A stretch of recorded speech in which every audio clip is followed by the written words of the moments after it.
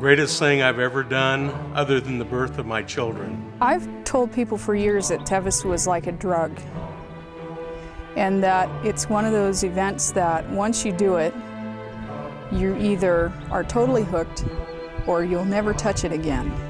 And also about riding for so many hours.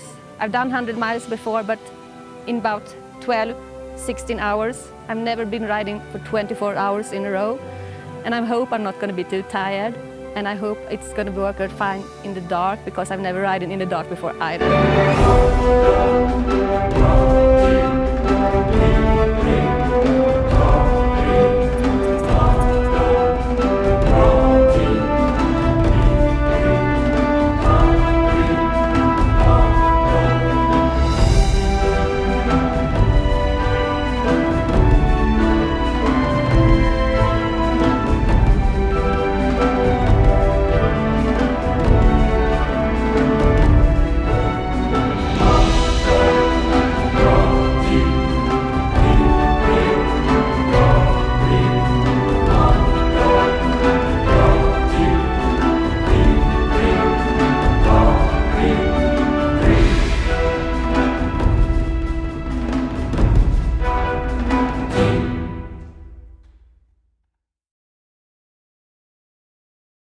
When I say the word Tevis, what's the first thing that comes to your mind? The essence of the Tevis to me is soul stirring. It really moves my spirit. And there's just decades of memories that just flood together in this wash of magic that it's just so inspirational. And it always comes back to Wendell Roby for me. So that's what Tevis is about for me. It takes people to places where, I always call it, when you finish the Tevis, it's like walking through the mirror. And you can't really explain that to somebody who's never done it. Yeah. It's a magic place. And, you know, that point to point, starting up in the mountains, ending in Auburn, crossing the Sierra. They crossed the mountains, you know. It's an amazing feat. I have a story for you, and it's about how I first learned about endurance, what it really meant. And it goes back to 1952. I was 5 years old. And my parents got me up very early. My sister and I got up very early. Our friends, families got up very early. And we went down to the cliffs in Palos Verdes. And we watched a woman, Florence Chadwick, come in after she swam from Catalina Island to the California coast. Wow. And I was 5 years old. And I watched this woman come out of the water. And everybody cheered her on and loved it. And I went, oh, that's what you do.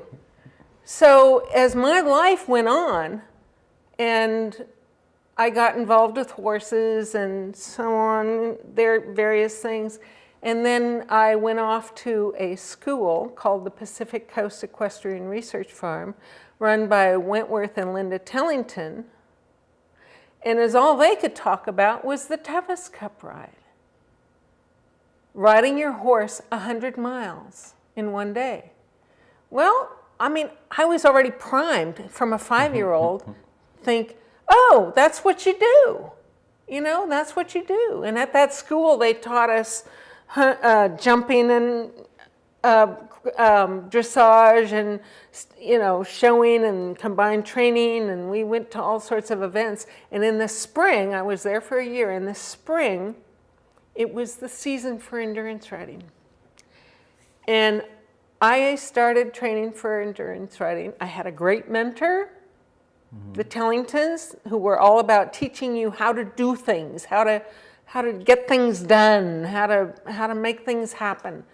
And I rode my first endurance ride, and I have a wonderful photo of that, of Dr. Barcelow on Good Trip, and me riding this little buckskin Mustang horse. And it's my favorite picture because we're both perfectly balanced, riding through the woods, and it's a Charlie Barrio picture. Wow. Wow, that's amazing. You know, in that story, you talked about, you know, Linda Tellington Jones, Wentworth Tellington, Dr. Barslow, Charlie Barrio. I mean, one of the reasons why I love having conversations with you, Shannon, is because, you know, the stories you have about some of the pioneers in our sport as endurance. You got a chance. You had that chance as a young lady to meet these people, and they were your mentors, and you probably idolized them because they were incredible individuals. Yeah. I'd like to maybe start just by talking about Wentworth, because he was an amazing horseman himself. He was a, you know, he, oh gosh, where do you start with him? He had a pack string up in Canada where he would rent out 50, 60 horses at a time to the oil prospectors up in Alberta, you know. So he kept these huge herds of horses, and he knew how to look at a horse, and he'd just go this, that, and the other thing, you know. He knew exactly how to pick horses that would withstand this rigorous activity. And then he also, he went to great schools, and he was in the East. He was from New Hampshire. He was a teacher at West Point. Yeah. At the time where they had the last graduating class with the U.S. Cavalry methodology of horsemanship. So he was just an excellent horseman, and he had lots of opportunities to hone his skill. And then when he met Linda Hood up in Canada, he just immediately was smitten by her, and asked her to work with him with all these horses. And so they did, but they ultimately got married, and they moved to Southern California, where he was a teacher at the Chadwick School. And she taught riding lessons. Well, at the time, he wanted to make a name for Linda in California, and how would they do that? Long distance riding. What attracted them? What got them excited? The Tevis Cup ride, Wendell Roby. What did he do best? He was a writer.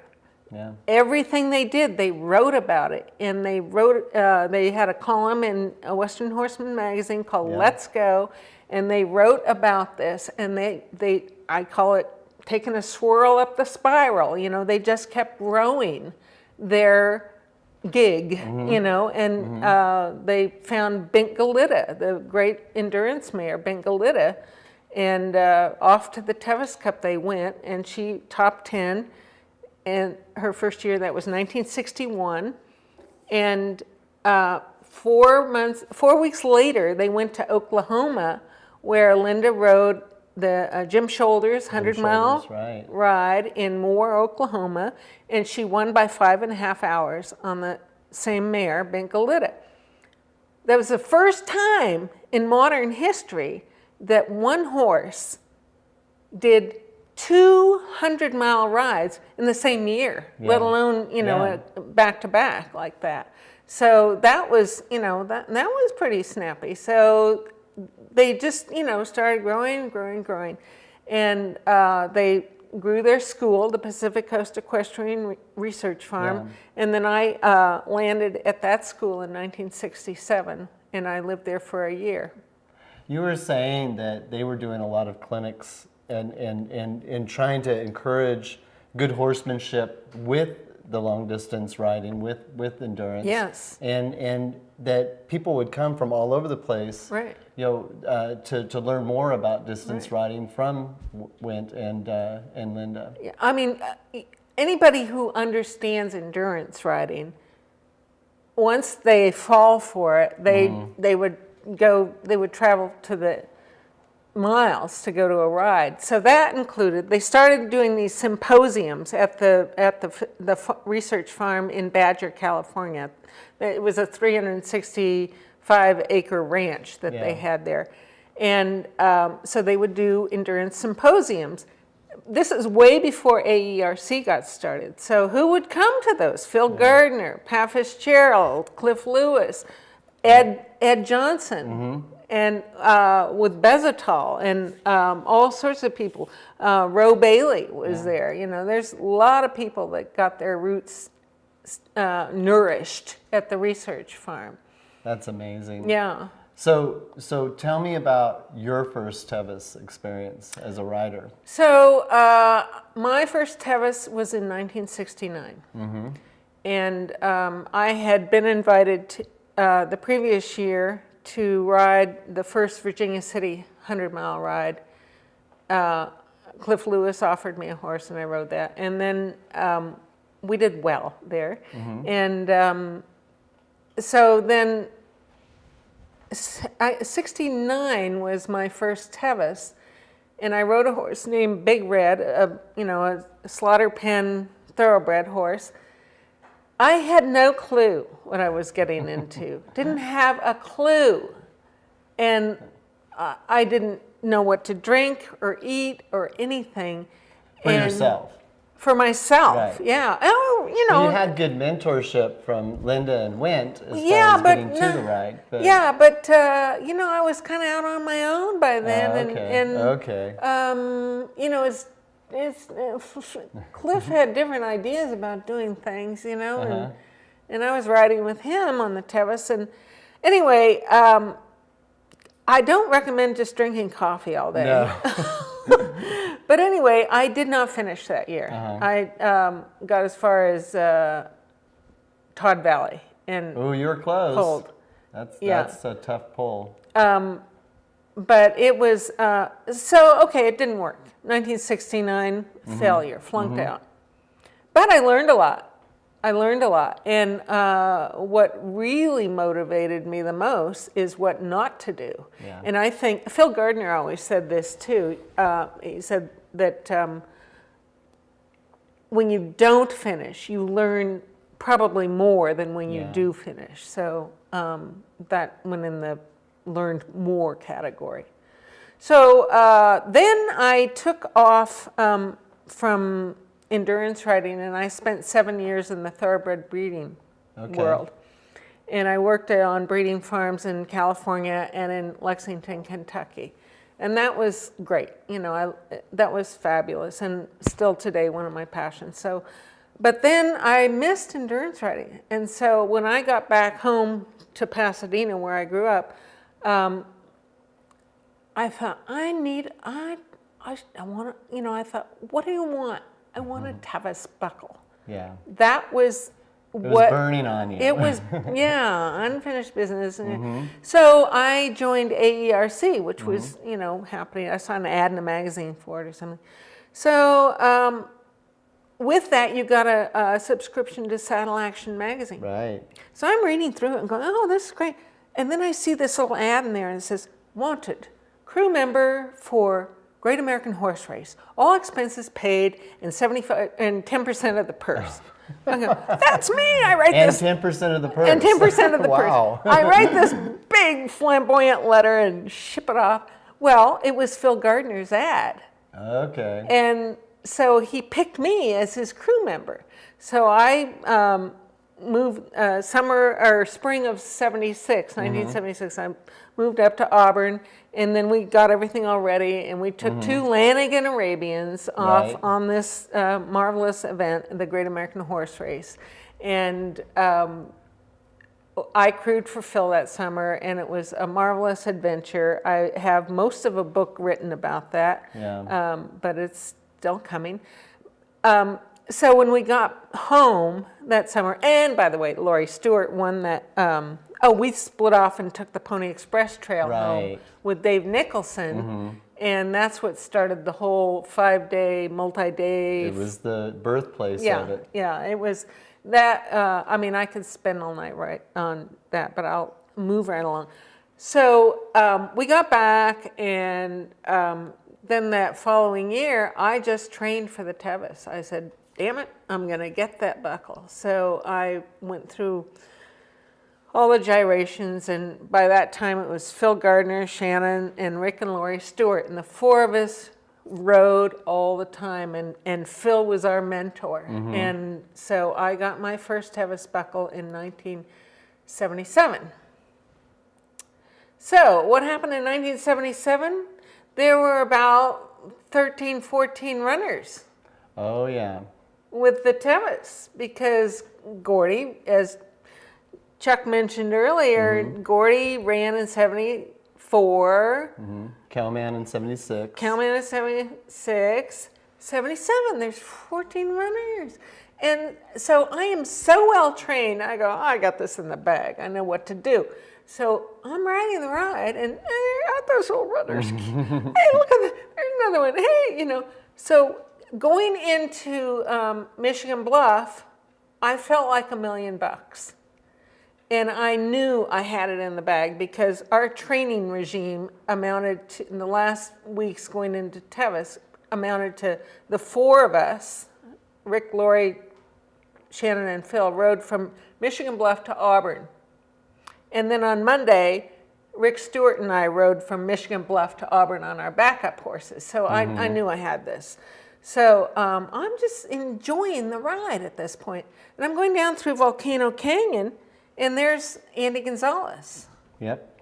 this dark stranger, and he's running along, and we're kind of going like this, and I'm going through Volcano Canyon, and I said, this run is going to be a hit, and I'm going to make sure it is. My exact words. So I was thoroughly entertained, learned so much watching this guy running the last 40 miles. He finished, he got to Robie Point 15 minutes after I did. Wow. And I was knocked out by that. Completely knocked out. I went, yay, I have a Tevis buckle, but wow, look what we have on our hands here, Right. And so I got to know Andy, and I immediately just went, yeah. And so now the ride was over. I had my buckle, and now it was time for me to get a job. So fortunately, Phil Gardner was very good friends with Drew Barner and Wendell Roby. So Phil just said, go ask Drew for a job at the Hart Federal Savings. I said, okay, I went there. So I started working at the Hart Federal Savings, which was Mecca for the endurance riding sport. It was the home of the Western States Trail Foundation. It was, Wendell Roby, it was Drew Barner, it was Kathy Perry worked there, Hal Hall worked there. I mean, it was just endless. We were all endurance riders. The break room was just constantly filled with training your horses, how you do this, how did you do on the ride, what ride are you going to, the whole thing. So it just took off.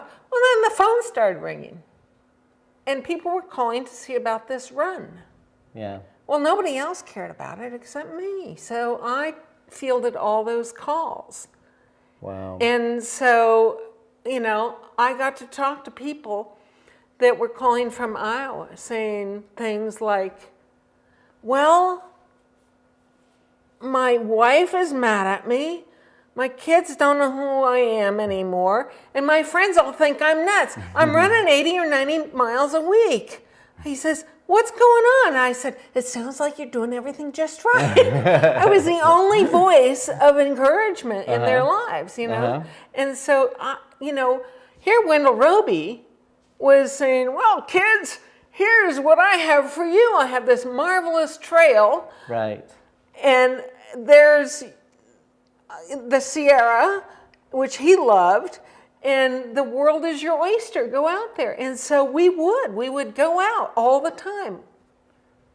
This was in the 70s. There was something about that number, 100, that really infatuated not just riders, but then runners. Right. Where all of a sudden went 100 miles. Yeah, nobody. And it just seemed like so far, but it was possible. Right. And that was Wendell that said, That's this is right. possible. And Gordy, said, and then Gordy said, showed I us. can run it. And people were in awe of this. And Kurt Sproul, who was one of our original directors, he says, we need to take out a full-page ad in Runner's World magazine. And I said, no, let's not.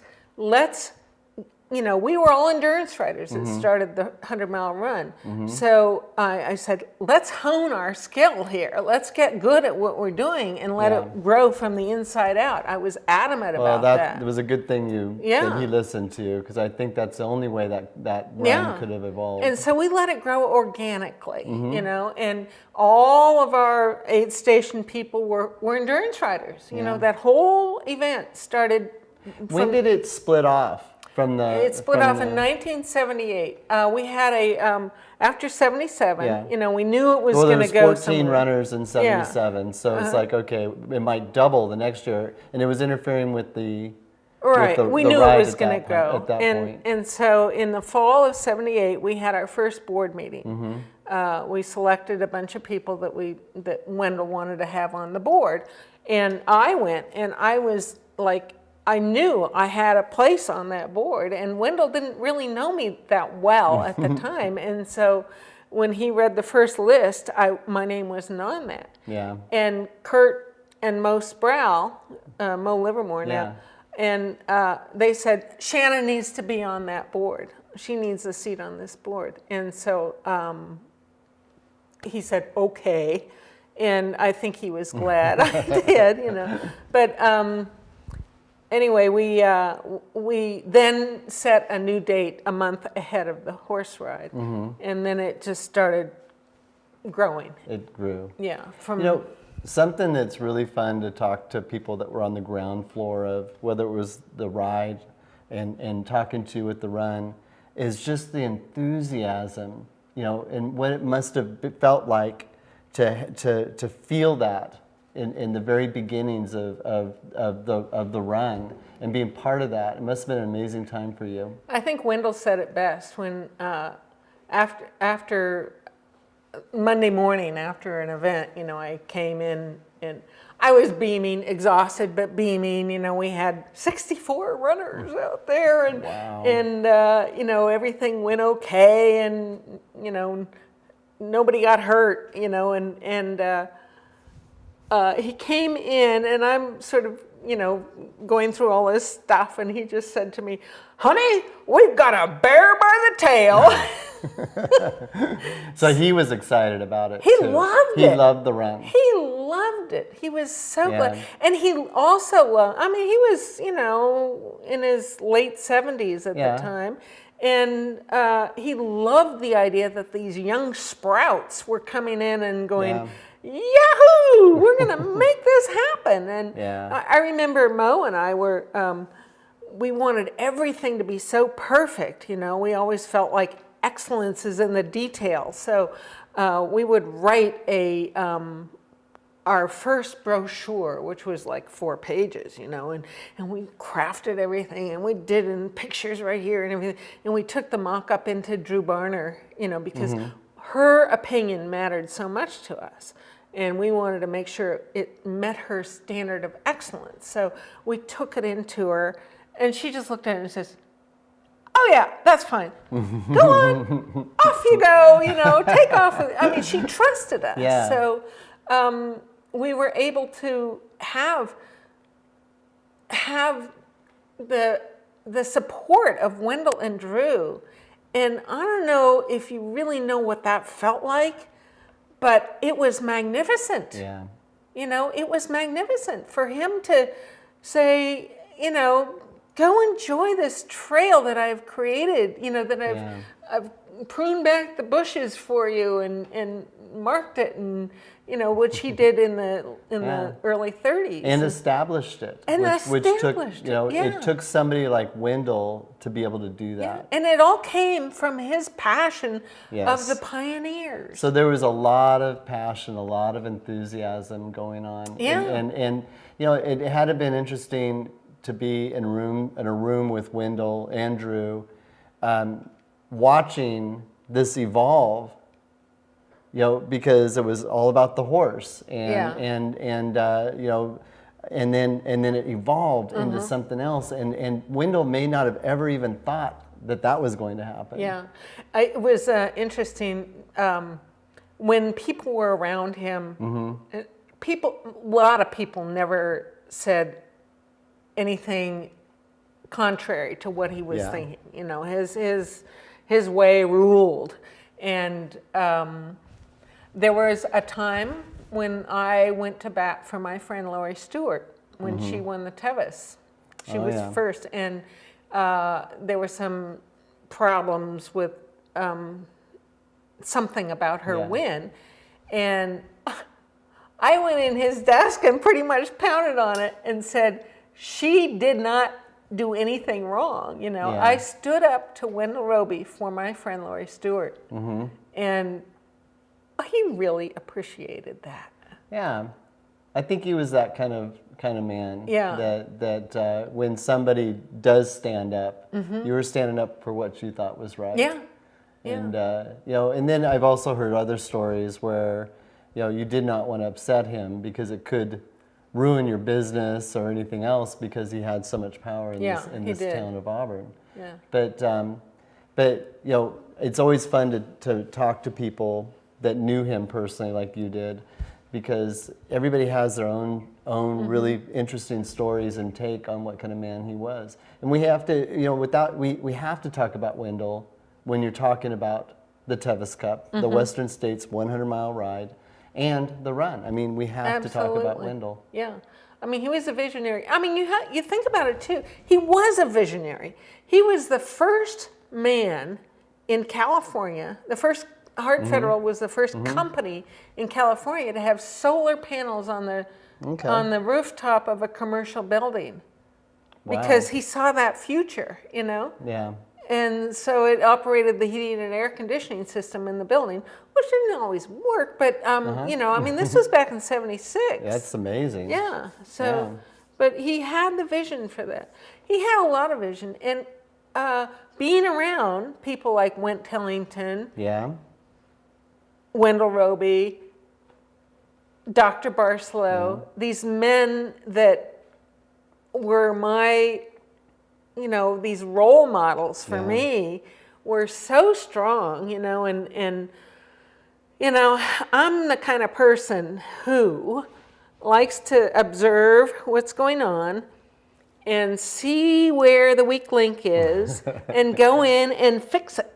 And strengthen whatever we have, you know. And I'm not the kind of person that you know, just does kind of everyday things. Well, I always like to be doing something significant. And sometimes that might upset the water a little bit too. It does, yeah, it does.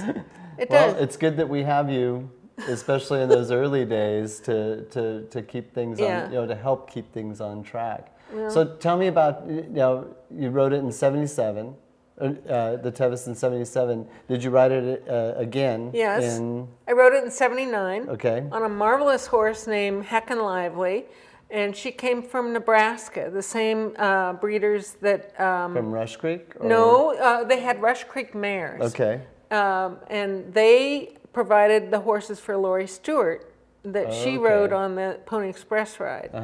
And so, and then they just kept sending horses to Lori. And so Retro Rocket and Risky Rocket, which she ran the Tevis on, were from the Fells, Gloria and Jean Fells. And they bred this Heckin' Lively horse that ultimately I rode a few times on rides and the Tevis, greatest ride on the Tevis I had. And then she ultimately was sold to Sandy Schuler. Oh, no kidding. Yeah. Okay. And then I rode again in '81. I rode it 4 times. I finished twice. I rode it in '81 on I was actually, and people don't realize this, but I was the ride director in '80 and '81. After Drew died in '79, I pretty much was doing you took all over of the activities as a director. Right. Yeah. Wow. And so I was the ride, you know, making it all happen. Didn't really have that title at that time, but I went up to Squaw Valley and or Pat Browning. Remember Pat Oh, Browning? I knew Yeah. Pat. Well, he said, Shannon, you don't have a horse? You should ride. You should ride. I said, oh, I don't need a horse. So he brought a horse for me. And so I, probably the first time this ever happened, I rode a blind date.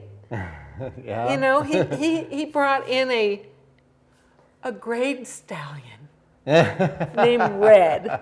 A grade stallion. A grade stallion.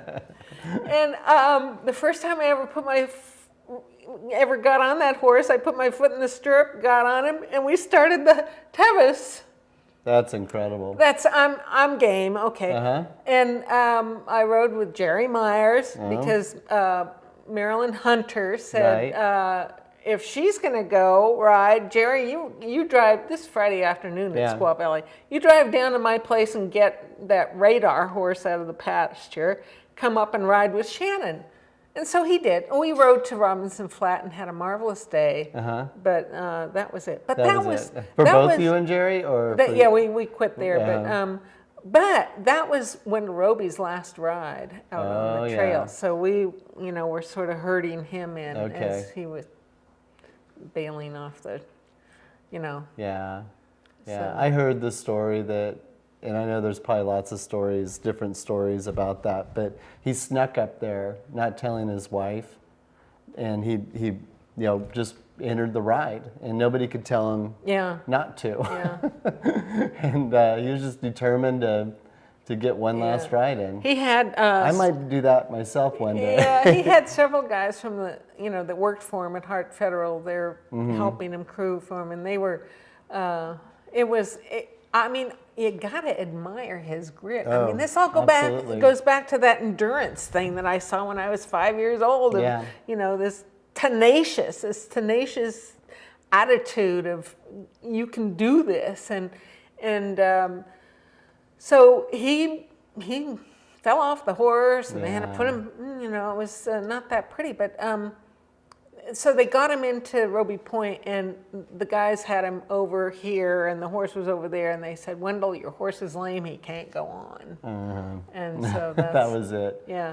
But, here's this man who inspired me so much, who was like, to me, I declare him my surrogate grandfather, because while we're working in this savings and loan, he would say, I sat right outside of his office, and he would say, honey, come in here. And I'd go in, and he would sit me down in these wooden chairs with arms, and he would give me history lessons of the Sierra. Oh my gosh. Of where the trails went. He just felt like he needed you to come in, and so he could tell you. To be quite honest, the very last time I ever saw him, I was up visiting, I think it was 82, I was in California. I was living in the South Pacific at the time, but I happened to be visiting California, and I was saying goodbye to him at the elevator, and he just looked at me straight in the eye and he says, I want you to promise me you will always stay involved with the Western States Trail. Oh, wow. Wow. I said, okay. Yeah. Okay, I will. So I didn't really have a choice in all this, You made him a promise. Yeah, and I've tried to move, buy property away from the trail, and that never works out. You keep coming back. Yeah, I just keep. Well, Shannon, I look at you as a very important person because you're a keeper of our history. And you have such great stories, and you had such great experiences, and you somehow or another, however it worked out, were able to be with the right people at the right times. I was fortunate. That's for sure. To get to know, the pioneers of our sport. Yeah. And now you're an author, and you're writing books to save our history and to preserve it in print, and so your first book was Strike a Long Trot, and that's a book about Linda Tellington Jones with a lot of Tevis history. Oh well, it has to have that, Yeah. and about Went, which is always very fun to read about. Yeah. And now you said you're working on something. Endurance Riders of the Pony Express Trail. Okay. Yeah. So working on that one. But I have been very fortunate, and I have to deliver a few words, 4 words that my mother, it was my mother's anthem. Okay. And that is never miss an opportunity. Well, you've done well with that because you've had a chance to know these people and not just know them, but have personal experiences with them. I'm pleased about that. I think it's really important that you get this written down and share this history, Well, thank because you. there's very few people anymore that I know that knew Wendell like you knew him. They're disappearing. That's true. Yeah, yeah. I feel like I was in a real golden age of, endurance riding and everything. So where do you want to see the run? It has its own thing now. The run, it's going in its own direction, but my the ride child, itself, the run has taken off. It's taken off, and it's going in all different. I mean, it's a world class event. Can I mention one thing about that? How we made that happen is, here Wendell taught us to love the Sierra. This is your oyster, enjoy it. When people started coming to the run, I was like, you're gonna love this. You're gonna love this. And we're gonna embrace you in a big hug, and you are now part of the Western States family. Right. Because you showed an inkling of interest in what this trail, what this event, what we love. You're part of it now, and we just kept growing that. And now the run is huge. Oh. And I must tell you that years ago, I was standing out in the parking lot at Hart Federal talking to Jim Larimer, who was and I said to him early on, I said, the run's going to get much bigger than the ride. And he says, no way, never, the ride. And I said, you just wait and see. Yeah. And there were over 4,200 entries in the lottery. To take like 260 entries last year. Yeah. It's huge. It is huge. Yeah. Well, where do you want to see the ride go? Where do you see the future? That's a better way to ask this question, is where do you see the future of the ride? The way I see the ride right now is I see it divided. I see it very divided, and it's too small of a community to divide. There's a lot of emphasis on the foreign riders and the VIPs, and then the other people. And that whole, it just has to come back and be whole again.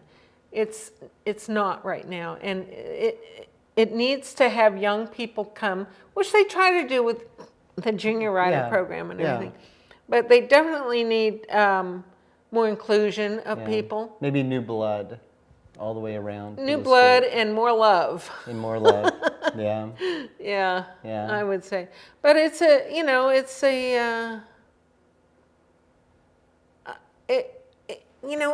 really needs to grow, I think. Yeah. It's kind of not growing right now. Do you, looking at just endurance as a sport, AERC, their mottos to finish is to win. And I know because you were married to Phil, and this was his baby, was AERC. I mean, that slogan or motto, I grew up that was embedded in me as a young endurance rider. Do you feel that to finish is to win is still applicable? Absolutely. To the endurance in the 21st century? Absolutely. I mean, you have to include everybody. I mean, I know that they have a lot more awards and things like that for the top finishers, but anybody, I mean, anybody that finishes at 4 o'clock in the morning, or 5:15 in the morning, and that's a win. Well, I mean, you're wearing your Tevis buckle this evening. I have my Tevis buckle on, and that's what we won. That was what we went for. Internationally recognized, with that buckle. Yeah, and another thing about when somebody, you got to buckle. They don't ask you what was your time, What place you came in. what place nobody. You got to buckle. Right. That's a winning situation. Yeah. Yeah, it's definitely. My hat's off still to. I mean, I'm 70 years old now, so I have no interest in riding again. And to me, to want to ride it, it has to shimmy up from the bottoms of your feet all the way up to your hair follicles. You know, that's how much you want to want it. I think I know where your passion lies, though, now, and that is preserving the history and sharing it. And it's. I think it's really important that our new riders, the people that come into this sport and then they set the Tevis ride as their bucket list. That's that's their goal. Right. And I think it's really important that they understand where our roots. Right. Incidentally, in 1978, when I was talking to Wendell Roby, I said, Wendell, I think Auburn should be the endurance capital of the world. Yeah. And he said, "Oh, that's funny," because I had a bunch of friends that started a phenomenon called couch potatoes down in Pasadena, and we used to sit around and goof about capitals of the world. You know, who knew as many, and so I got to Auburn. I see this happening, the run and the ride. Well, this is an endurance capital of the world. Well, it took until 2001 for that to actually happen, thanks to Harvey Roper. And I was in the Tevis office, working in the Tevis office at the time, and he called and said, "Have you ever heard of this?" And I said, "Oh yeah, let's do it." And so we went to the city council, we made it happen. So I was a founding member of the Endurance Capital Committee, and we put on expos and parties and all sorts of things, had a great time. And then I had to go write a book, so I went away from that for a while. But now I'm back. I've started going to the Endurance Capital meetings again. So what does that mean? There's Shannon in there going, if we did that, it'll do this, and then we can do this, it'll do that, and it'll do this, and it'll go whoosh, And the goal is to get the community behind it. Get Auburn rolling again, and get the run, the ride, the other events. Oh, we have the run and the ride, biking, the bicycle races. There's an event almost every weekend. Sometimes I drive through the confluence and I go, "Oh my God, where are all these people from?" I know. Well, that's because Shannon was saying, "You got to come and look at this. You got to see our canyon. You got to see this, yeah." And so they did. So. Okay, we got people outside now, that's a good thing, But we really want to get the endurance capital. We've got some things cooking with that. Very good. And I'm happy about that. I know you're not going to let moss grow under your feet. You are a busy lady. I tried, and I appreciate your enthusiasm and what you're trying to do in the sharing of the history, and I just really want to encourage you to keep writing. Thank you. I will. To put this history on paper so it stays around for a long time. I will. So thank you so much, Shannon. Thank you. I really appreciate you, and it's good to see you. Nice to see you, dear.